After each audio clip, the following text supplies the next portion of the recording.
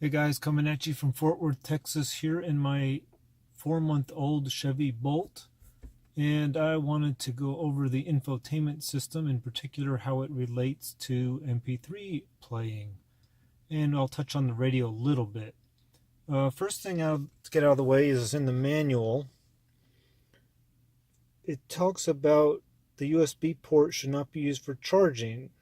Okay, well that's MP3 memory stick, that's fine, but for Android Auto, I'm like, well, it charges your phone as a byproduct of plugging in your phone for Android Auto. So I don't know why they mention this, because it may overheat is what I guess some lawyer made them put that in there. Okay, so there's that little piece of info. Next little tidbit in the manual is the USB capacity should only be about 5,000 files and 15 stages of folders. Okay, I'm going to show you mine with maybe about 1,500 files, so I don't know how much different lagging and processing that if you push it to 5,000 would make.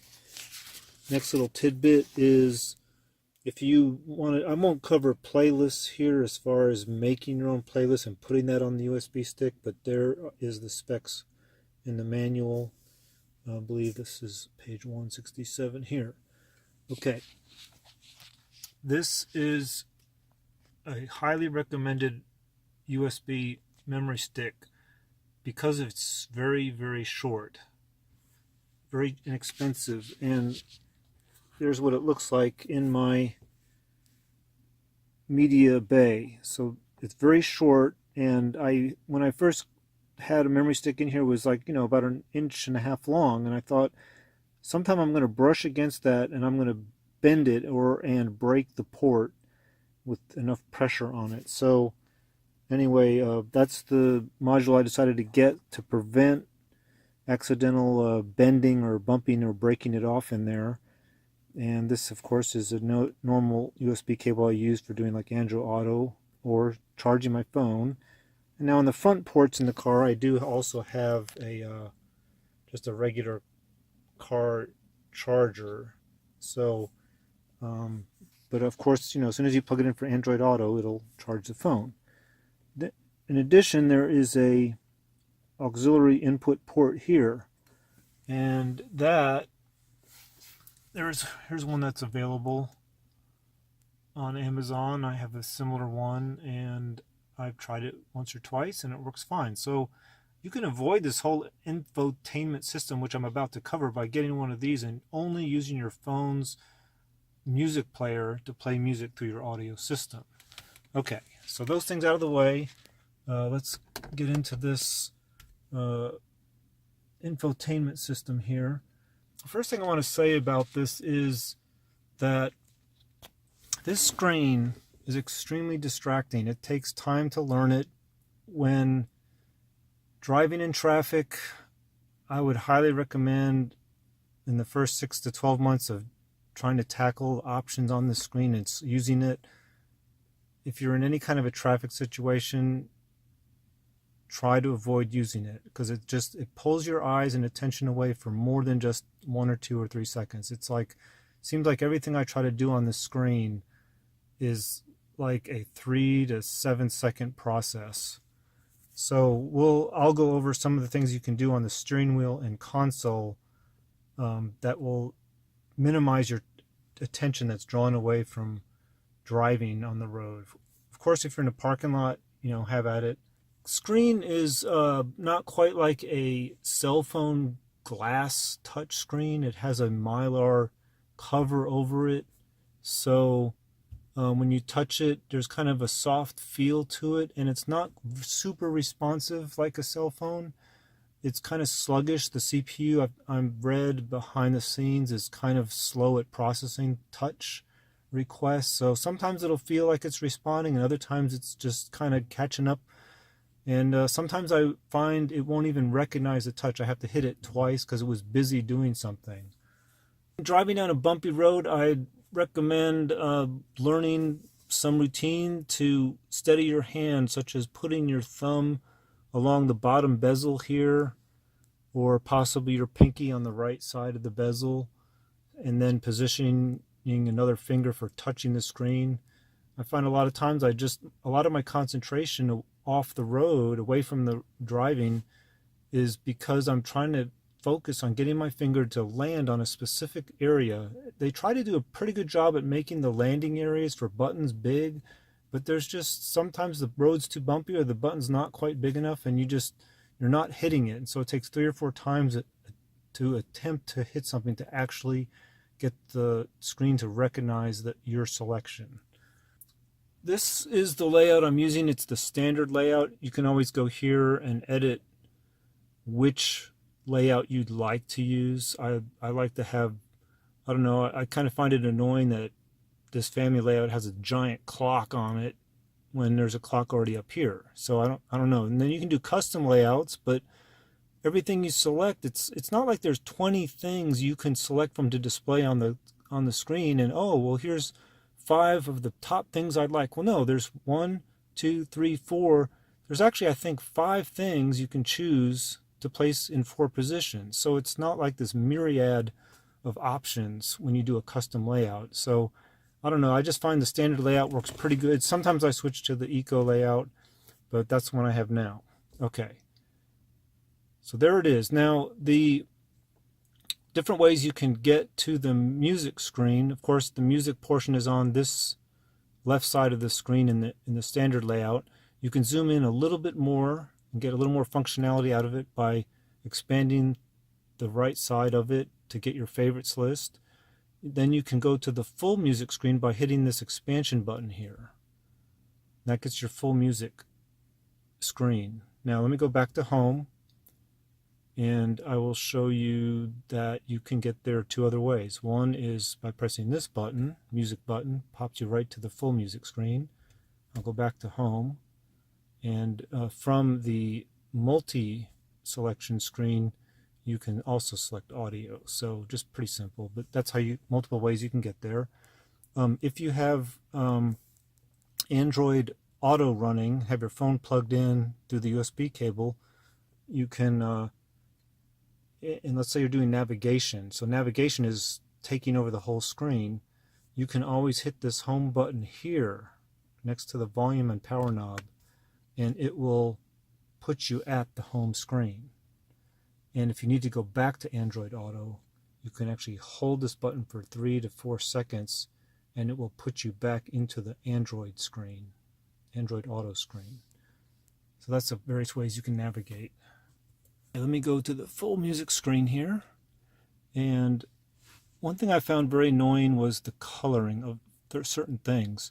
First thing that was annoying to me was the fact that, for example, this playlist, to me at first it looks like this playlist is highlighted, it's the brightest thing on the screen, and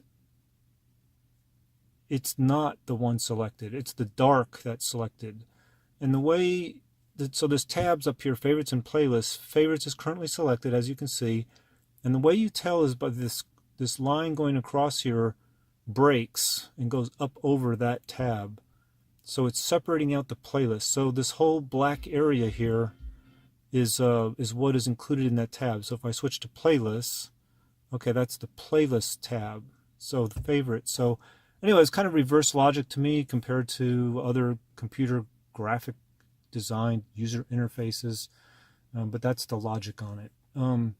Next kind of annoying thing was the fact that these buttons here, left and right, are gray. To me, the gray means grayed out or disabled, not available.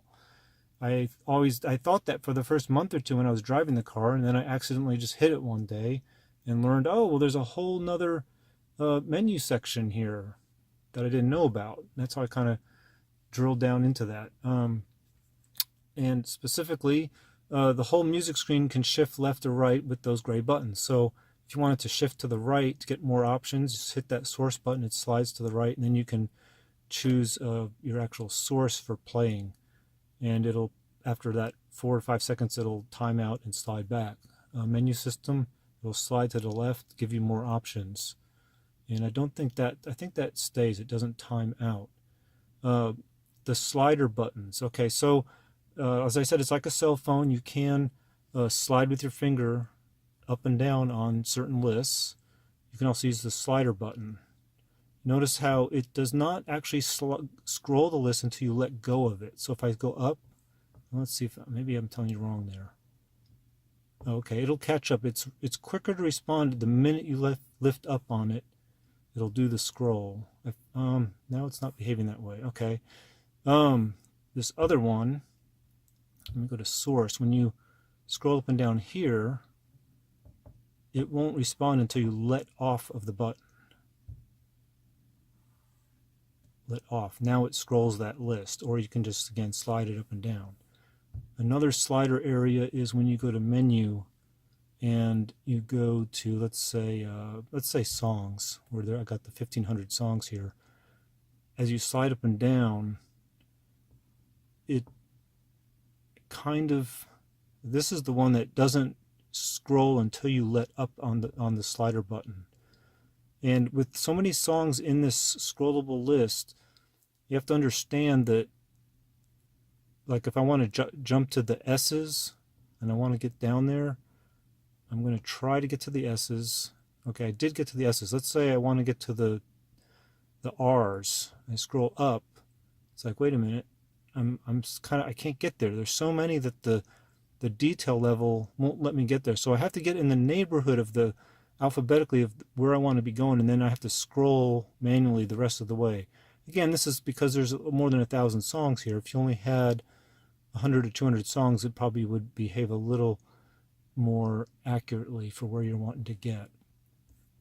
Those are just some quick notes on how the sliders work. Okay, next we're going to talk about the basic settings. So this took me a while. I found it one time when I first bought the vehicle, but then when I was driving, I always wanted to change the equalizer, and I could never find out where it was. I was always going up to here, and then settings, and trying to drill down into some of these settings here, and I could never find it again. Finally, I realized, oh no, it's built into the music screen, and you just go to menu, audio settings, tone settings. Okay, so I would recommend for music, custom. Now the manual will actually have a snapshot of this screen different. I think was in the pre-release of the vehicle, but this is what it is today. They used to have several buttons down here you could program, and now I guess they've reduced it to only 2 to keep distraction to a minimum. So there's custom, which I use for music, and I'd highly recommend a setting similar to this. This will get you some great audio, especially this is the Premier Bolt, and they got the subwoofer in the back, and it's really great audio when you do an EQ like this. And for talk radio, I would do something like this. Again, this graphics is confusing. So the black is what you have selected right here. And the way you can kind of know it is, again, the blackness is what prevails. It bleeds black and the line does not cut it off. So custom, again, to me it's kind of opposite. It looks to me like custom selected. No, custom is the button you could press to change it to custom. But the black prevails, okay? Alright, so what's annoying about this is, let's say I'm listening to some music and I want to pop to just hear some news maybe. Oh, and you listen to the news for a minute and a commercial comes on, you want to pop back to some music. So you're wanting to pop back and forth between music and talk radio. Well, so you're having to listen or change your stations, listen to different songs, and to switch between them, you have to do multiple key presses now. Again, you're probably driving down the road when you're doing this. So 1, 2, 3, 4 to switch to talk to radio and then back. So kind of annoying to how you switch. I wish they would have had a toggle switch somewhere on here to pop between talk and music on the EQ. That's how you get there. Okay, one other thing in that screen, again, this is just my recommendation, you can play with it, is under the tone settings, I'd recommend getting your music towards the back of the vehicle. You get some really good bass that way. And so your faders work left and right, and your fore and aft, and your balance works left and right. But this is my favorite position right here. Obviously, if you all of a sudden driving with 3 other friends in the car, you might want to balance it out more towards the center if you're jamming or whatever. but that's my recommended setting. Okay, the basic controls are, let's do volume first. So volume knob down here, and I'll play that song. So you can rotate the knob, obviously, and crank the volume up. Notice this sound bar will appear and disappear after about 4 seconds of non-use. When it appears, you can't hit anything else on the screen. It won't respond. So if you just need to wait those few extra seconds. Once it disappears, you can tap anything normally on the screen, or you can double tap. So if it's up here, you can go tap, tap, and then it'll recognize your touch. Okay, so this knob will control the volume, and it'll show you the volume here. Now let's go over to the console for a second. Now over here, I'm going to change the volume up and down. Nothing happens on the console. But if I use the volume control behind the steering wheel, behind these controls, up and down buttons, you'll notice I get the graphic on the console. So I can hold it up, crank it up, down. While I'm doing this, it doesn't show me the volume bar on this infotainment screen. Okay, then there's also this button here. This is the phone cancel button. It's also the mute button. So pushing it mutes the song. Notice on here, it will also show you the graphic of the level or the mute. And in addition, right up here on the console, it'll show you mute. Now, what it's actually doing is not muting it. When you're playing MP3's, it's actually pausing or playing it. If it's a radio station, it's actually muting it. And with a radio station in the Bolt, it's not pausing live radio like watching a satellite TV where your DVR can pause live TV. The Chevy Volt, when you could have paused live radio if you had the built-in nav system.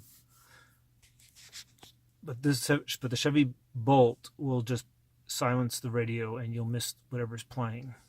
When you're playing a song here, you can just touch this bar and position the song, any fast forward, rewind, or move it to any spot you want. And just by touching,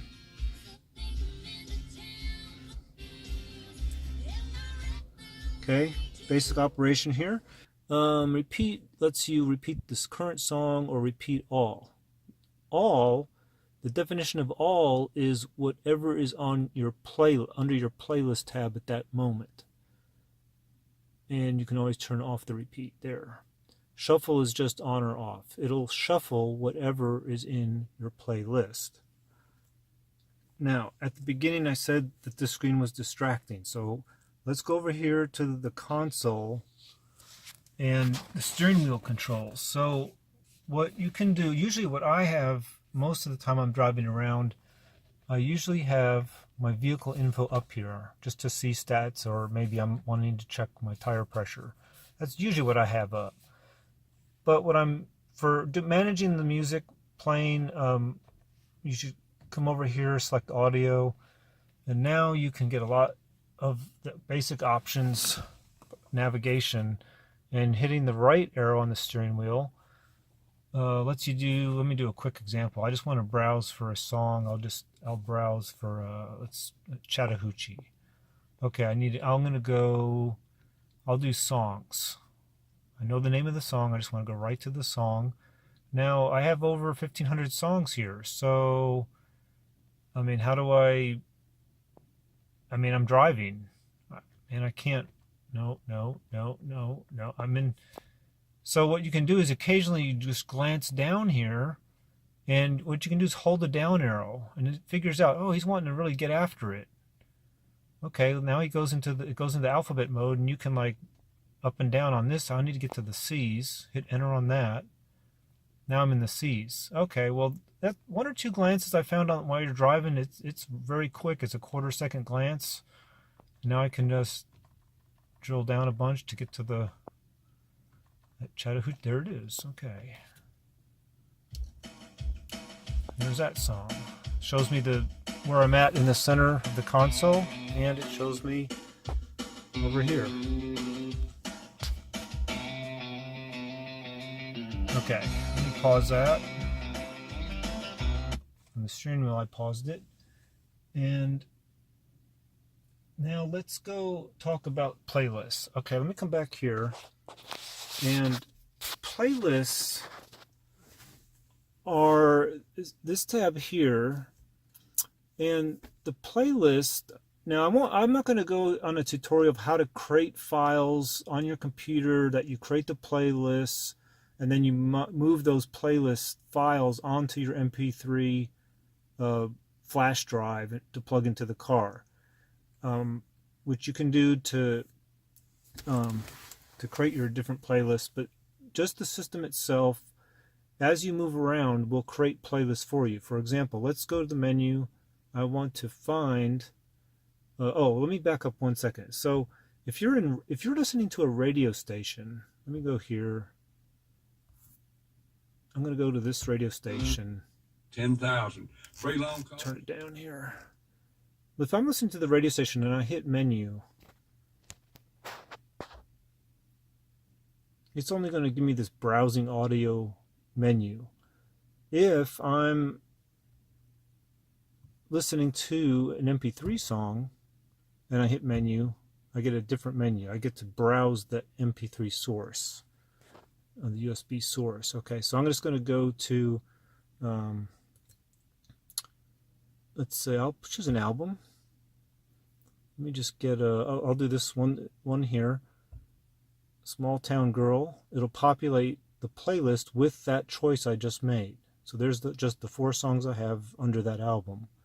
If I do again, I'll choose another album. 14 songs. Let's do 10 songs. Boom. It erases my previous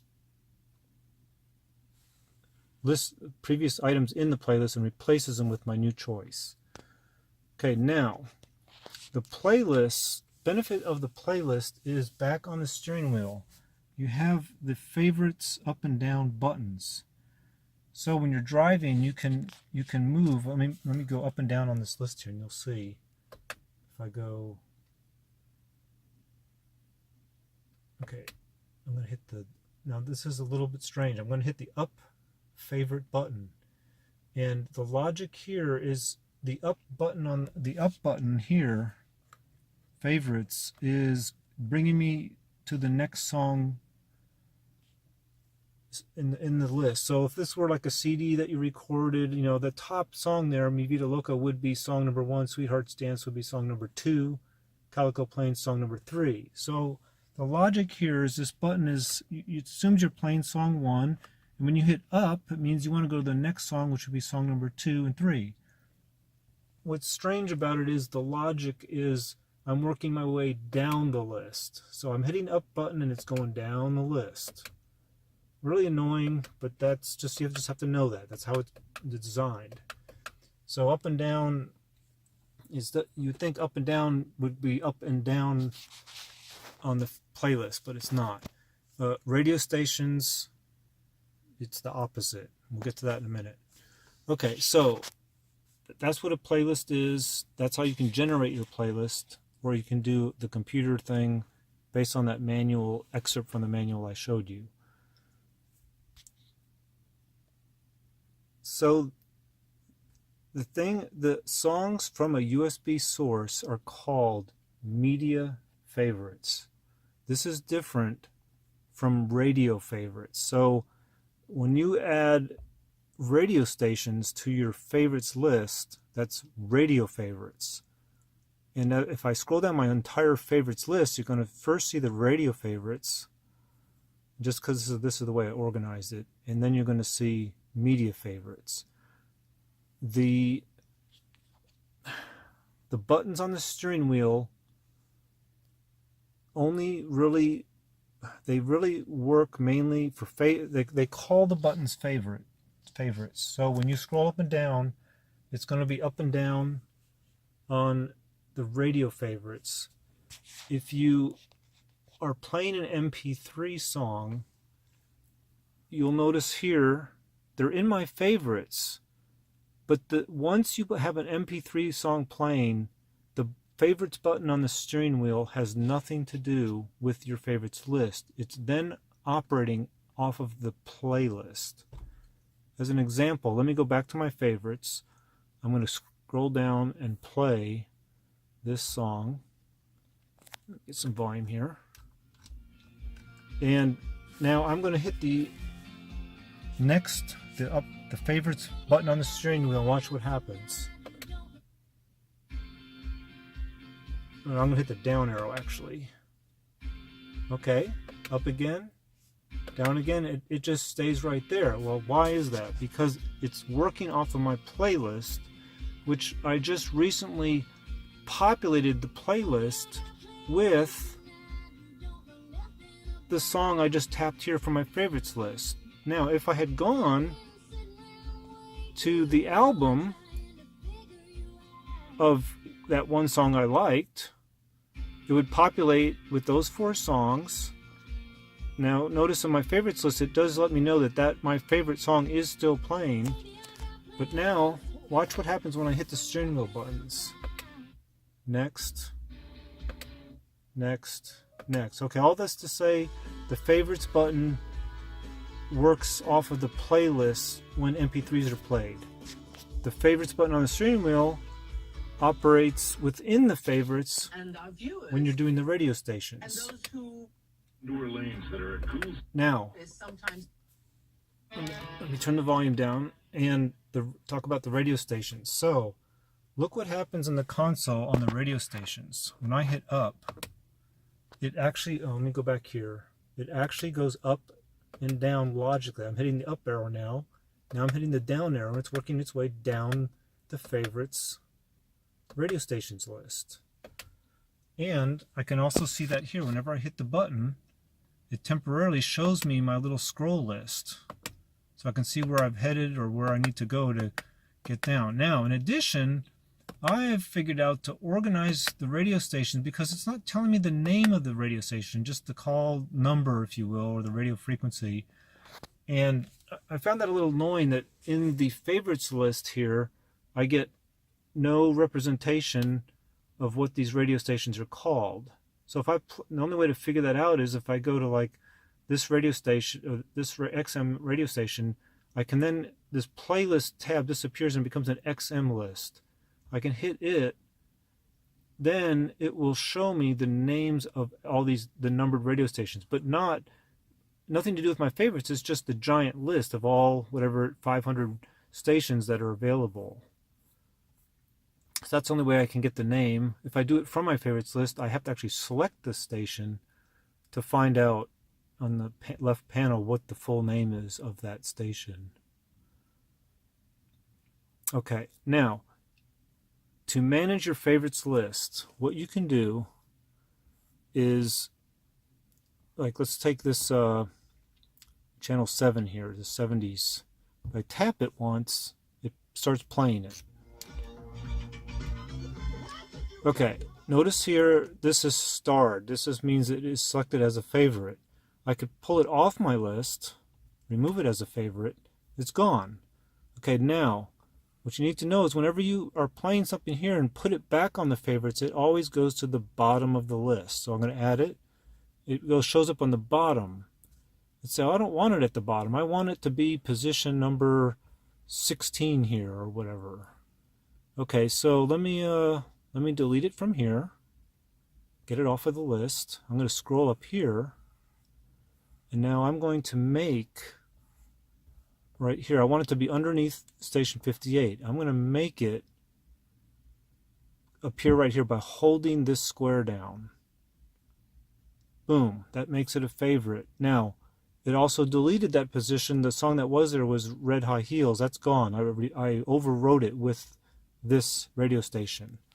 I'd recommend that to make your radio station list in numerical order that makes logical sense for up and down. If I want to hit the up favorites here and go up and go to the higher numbered radio stations, AM, FM, or XM, I'd recommend positioning all your favorites in numerical order. That might take a little bit of jockeying for you to remove them and put them back in place. But you can start with position 1 and put your highest numbered radio station there, 2, and so on. Just go down the list. And then if you make a mistake, you'll just have to do some adjustment to remove and put it back in the right place.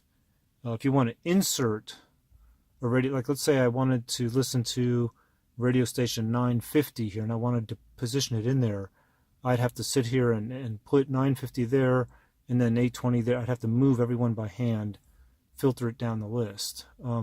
As the manual states, 15 radio stations can be set as favorites and up to 15 maximum also for USB media songs, and that's all you get. And I went ahead and added that many just to prove that it warned me. It said, nope, 15 is the maximum, you cannot add any more. A couple of interesting things. One is if I do this menu to search, let me go back to mp3's here, get out of here, okay, get that playing. Okay, I'm going to go to menu and songs, and right now it has, notice that little let me do it again, go back to menu, songs. See that little circle? It's busy working on populating this list. And then once it gets done populating, you have to be careful or just understand that it's busy working on it for you. So sometimes if it hesitates or you can't press anything on the screen, realize that little spinner up there will let you know, hey, it's busy. So notice what it did there. I was playing the song London Bridge, and what it did is when I went back to search here, it brought me back to where I'd left off. So it took the 5 seconds to populate, and then it scrolled down. It's about 1,500 songs again. It scrolled down to the song I had been playing to let me know that's where I was. In addition, that is a favorite, so it shows you if it's a favorite or not there. What's kind of interesting is you can use this to get to an album. So let's say I want the album that Blondie.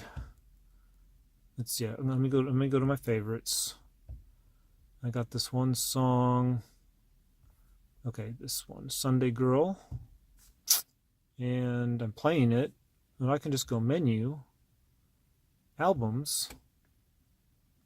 It's going to highlight the fact that I was playing the song I was currently working on was in this list of artists here, and then there's that whole album. I just populated the playlist with this whole album of where the song I had in my favorites was, Sunday Girl. So that's an interesting little trick you can do. Now realize that if I select songs in that time I'm talking about, that 5 seconds to populate, it just populated this entire screen with the 1,500 songs, or maybe up to the 5,000 that you may plug into it. And realize that this is also happening over on the console. So if I want to go to hit the right arrow and I want to browse songs, there's that example of that Chattahoochee I had before, and I can scroll down my whole list.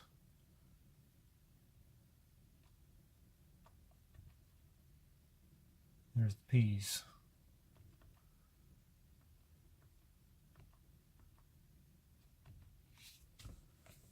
And then that will populate over here. You see it's populating, and then should move to that song I just selected. Let's keep waiting. Spinning. Okay, there it is. So there it is. It's actually populated that spot.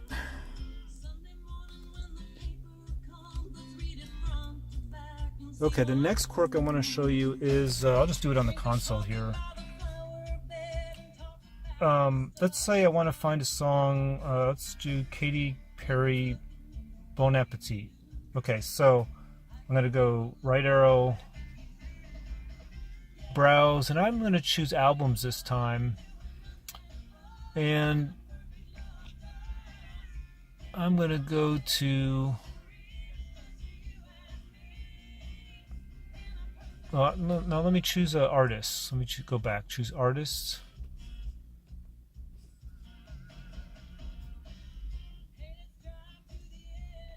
Scroll down to Katy Perry.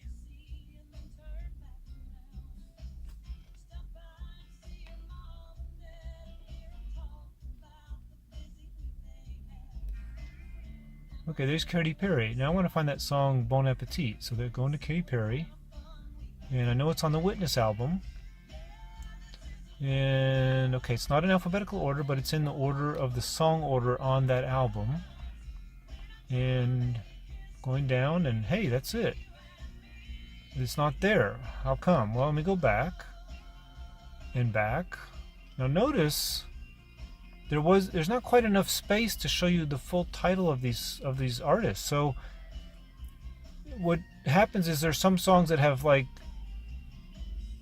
additional artists who might have written or helped perform the song, and that's in that title for that specific song on that album. So the filtering process sometimes kind of messes you up.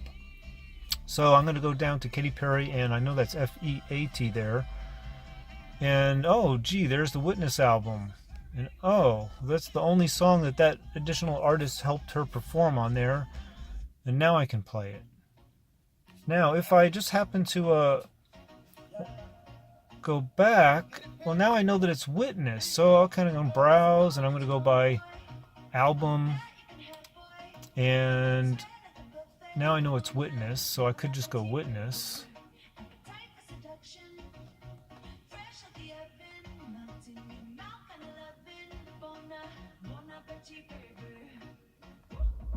Okay, there's Witness, and scroll down, and oh, well, there it is.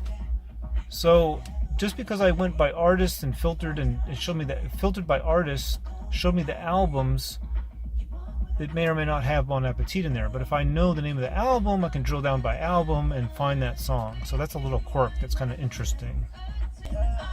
Okay, so I hope this helps you guys out,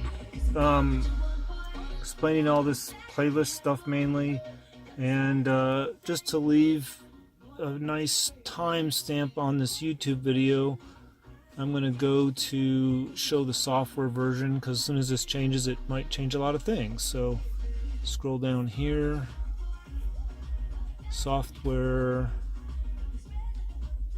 I think it's under software update.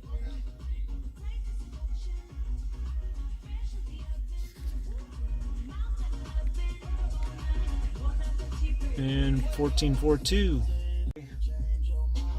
Back to music, and